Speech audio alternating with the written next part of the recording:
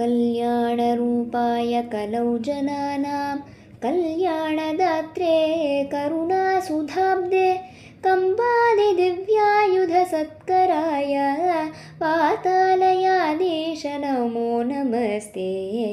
नारायण नारायण नारायण नारायण नारायण नारायण नारायण नारायण नारायण नारायण नारायण नारायण नारायण नारायण नारायण नारायण नारायणेत्यादि जगद्भिरुच्चैः भक्तैः सदा पूर्णमहालयाय स्वतीर्थगङ्गोपमवारिमग्ना निर्वर्तिता शेषरुजे नमस्ते।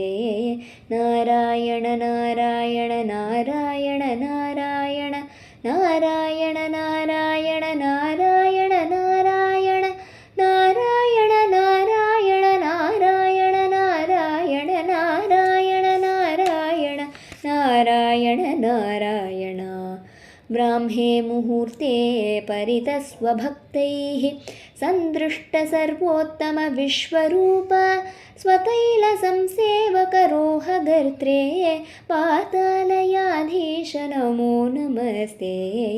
नारायण नारायण नारायण नारायण नारायण नारायण नारायण नारायण नारायण नारायण नारायण नारायण नारायण नारायण नारायण नारायण बालान् स्वकीयान् तव सन्निधाने दिव्यान्नदानात् परिपालयद्भिः सदा पठद्भिश्च पुराणरत्नं संसेवितायास्तु नमो हरे ते। नारायण नारायण नारायण नारायण नारायण नारायण नारायण नारायण नारायण नारायण नारायण नारायण नारायण नारायण नारायण नारायण नित्यान्नदात्रे च महीसुरेभ्यः नित्यं दिविस्तैर्निशिपूजिताय मात्रा च पित्रा च तथोद्भवेन सम्पूजितायास्तु नमो नमस्ते।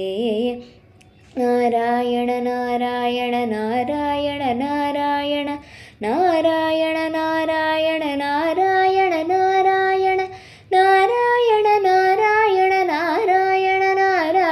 नारायण नारायण नारायण नारायण अनन्तरामाख्यमखिप्रणीतं स्तोत्रं पठेद्यस्तु नरस्त्रिकालं वातालयेशस्य कृपाबलेन लभेत सर्वाणि च मङ्गलानि।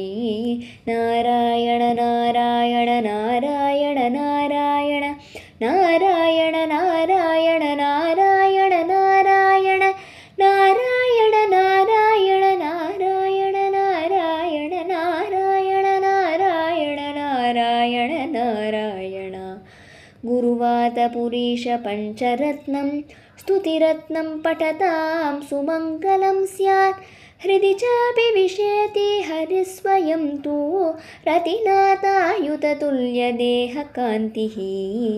नारायण नारायण नारायण नारायण नारायण नारायण नारायण नारायण नारायण नारायण नारायण नारायण नारायण नारायण नारायण नारायण